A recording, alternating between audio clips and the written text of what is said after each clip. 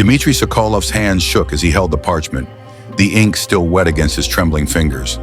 The words stared back at him in modern Russian, impossible in this candlelit medieval monastery, where the air hung thick with incense and something far worse. Around him, 12 monks lay twisted in their final agony, their bodies contorted across stone floors, skin mottled black and purple like rotting fruit. The note read, "Don't trust the bishop, they know what you are." His breath came shallow. He'd been reading those words for maybe 30 seconds when he heard the boots, heavy, multiple pairs, echoing through corridors that shouldn't exist. Church soldiers burst through the wooden door, crossbows leveled at his chest. The captain's face twisted with disgust. "Witch," he hissed, the word dripping venom. "Just you've slaughtered God's servants." Dmitri opened his mouth to protest, but no words came, because 48 hours earlier, he'd been somewhere else entirely. Dr. Dmitri Sokolov had stood before 300 medical students in a Moscow lecture hall, his laser pointer dancing across graphs of infection curves like a conductor's baton. He was the WHO's youngest pandemic response specialist, 32 years old and already legendary for his protocols. His entire life was built on control. His apartment walls were covered in outbreak maps, red pins tracking disease vectors across continents like a general's war room. His refrigerator held meal-prepped portions labeled by day, time, and nutritional content down to the calorie. Every doorknob sanitized 3 times. Every handshake calculated as a potential vector. Every crowded space assessed for transmission risk. After his sister Katya had succumbed to the measles outbreak in 2019, preventable if protocols had just been followed, Dmitri couldn't tolerate chaos. She'd been 23, healthy. She should have survived.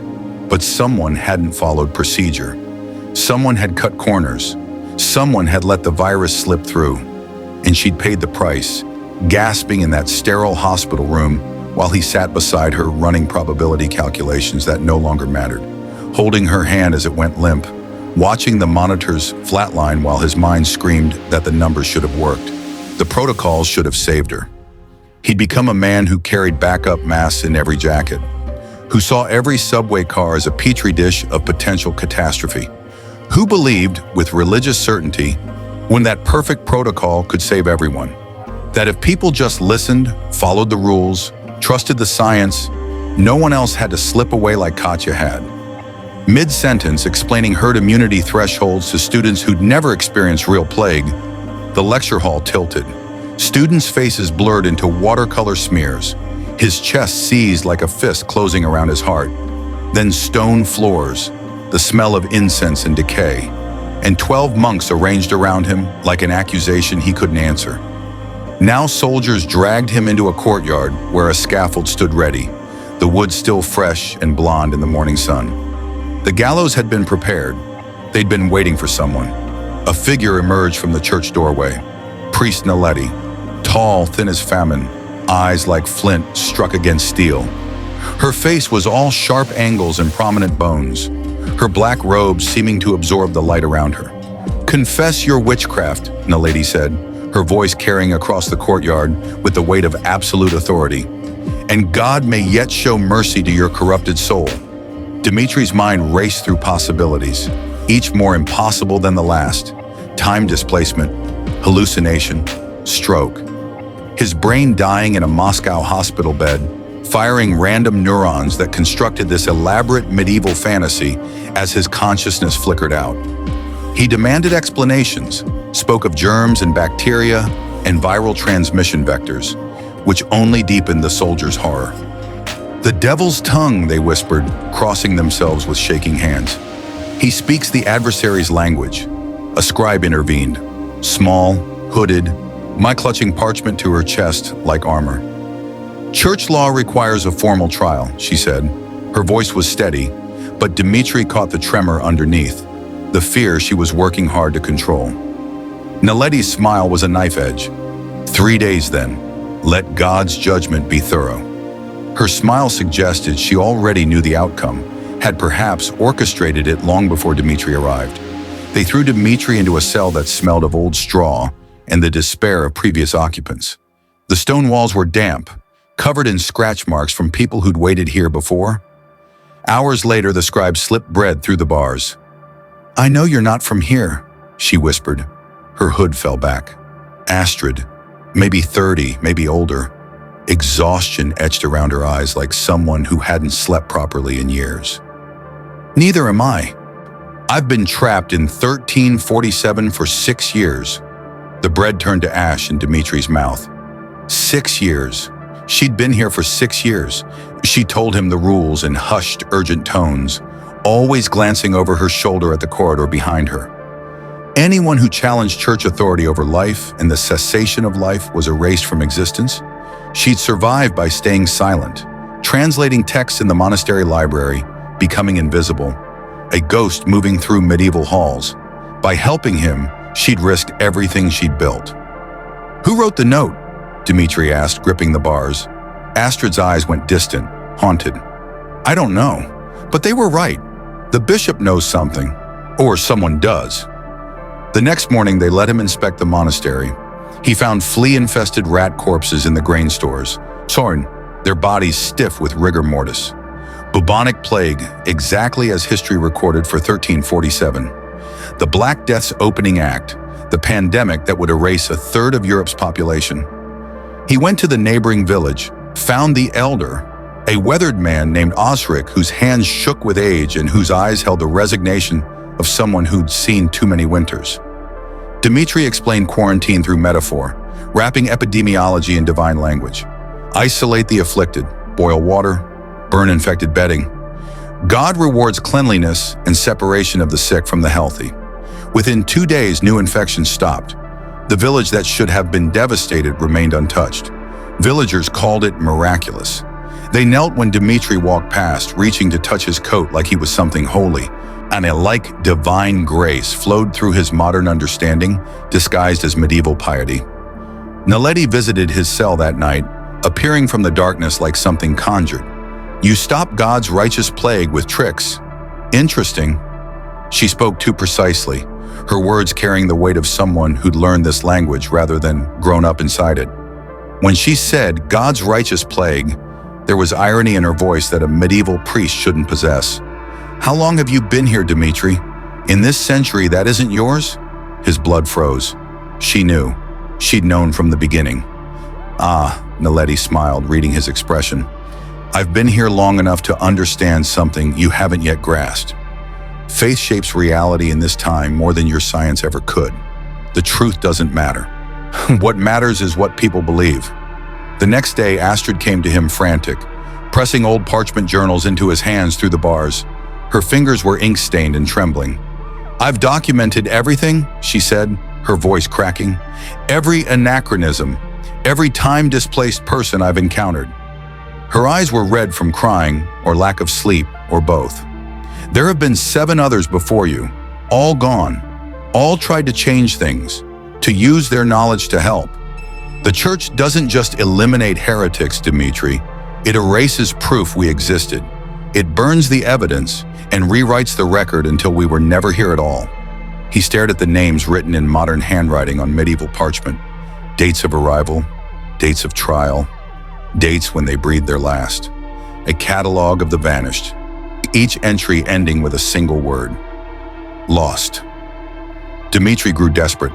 The walls were closing in and he could feel the countdown to his trial ticking away like a bomb. He pushed Astrid to help him escape, to run, to take her chances in the medieval wilderness rather than wait for the executioner. She refused, and suddenly her patience shattered like glass. "I have a daughter here," she said, her voice rising. "Born in this time, 5 years old. If I'm branded a heretic, they'll take her. They'll put her in a church orphanage where she'll be worked to the bone and beaten for the smallest infractions. Do you understand? I can't save the world. I can only save her. That's the only equation that matters to me." His isolation protocol mindset, the logic that had driven every decision since Katya was lost, save the many by sacrificing the few, put the greatest good for the greatest number, collided with Astrid's maternal reality, like tectonic plates grinding against each other until something had to break. "You're a coward," he said, the words leaving his mouth before he could stop them. "You're choosing one life over potentially saving thousands." She slapped him. The sound echoed in the stone cell, sharp and final.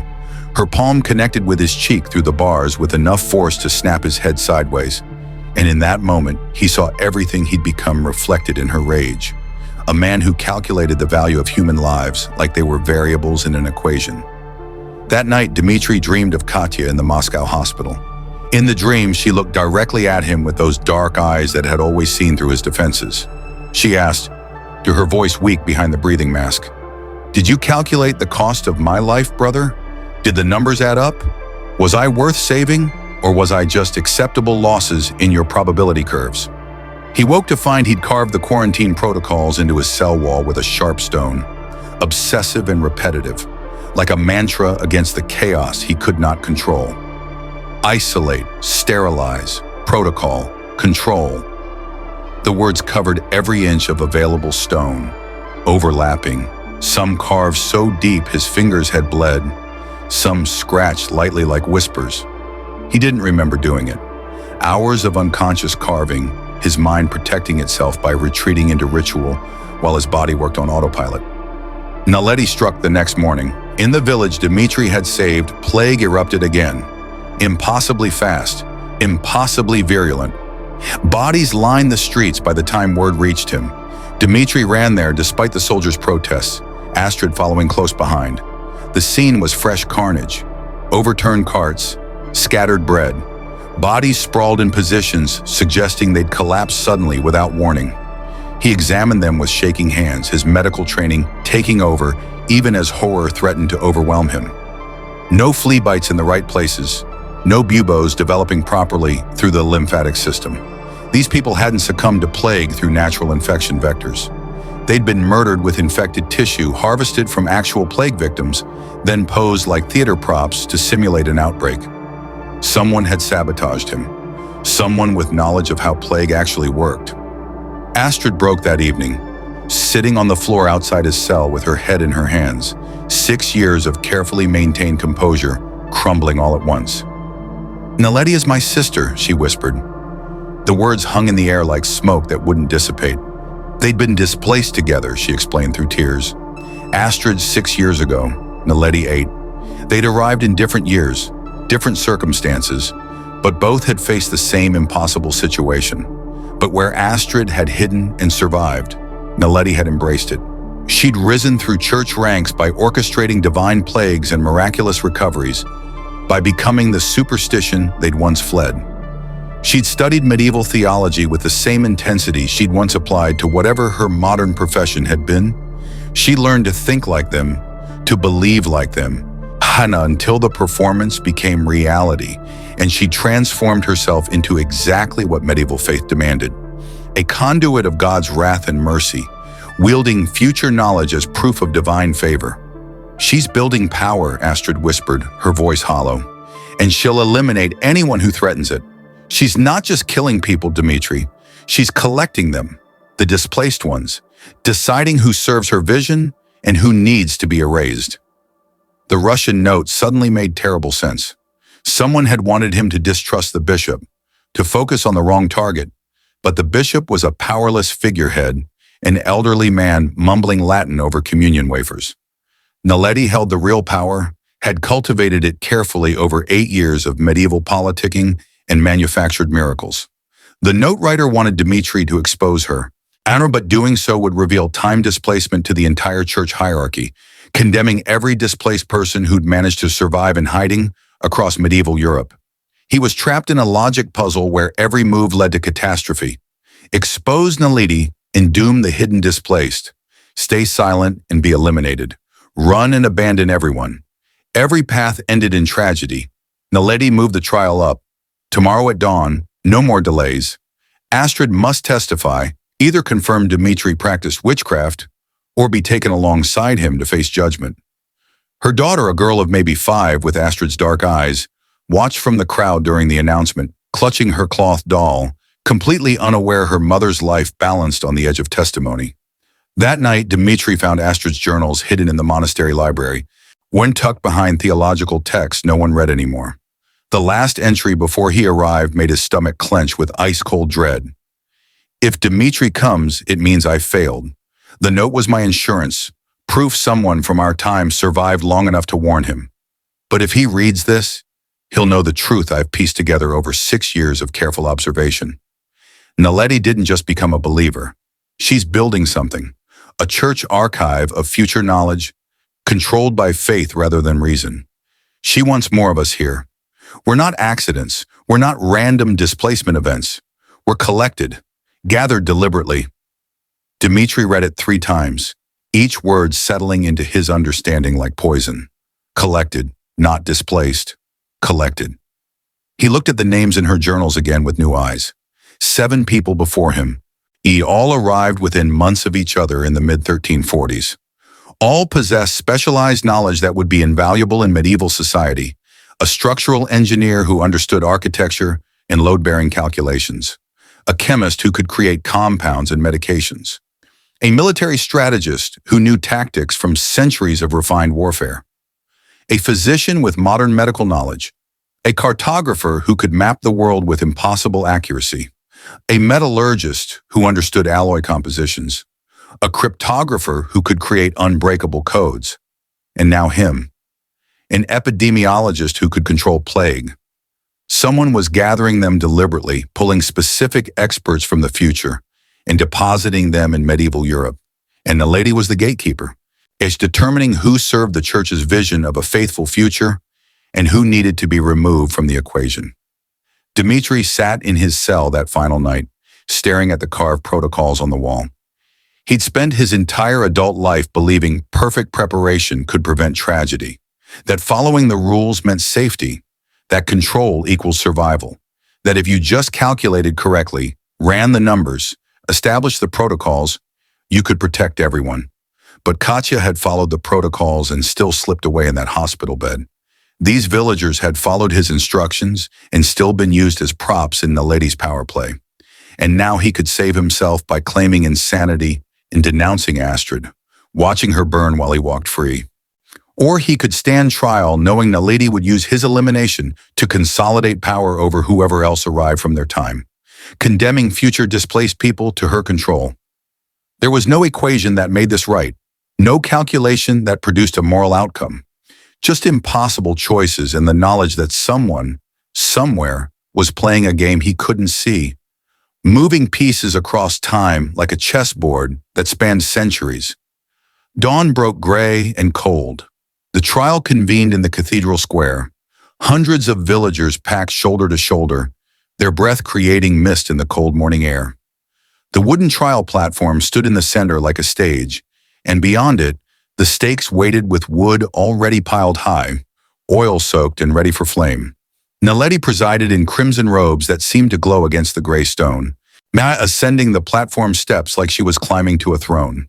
She called Astrid to testify first, a calculated cruelty that forced the mother to condemn either the innocent man or herself while her daughter watched.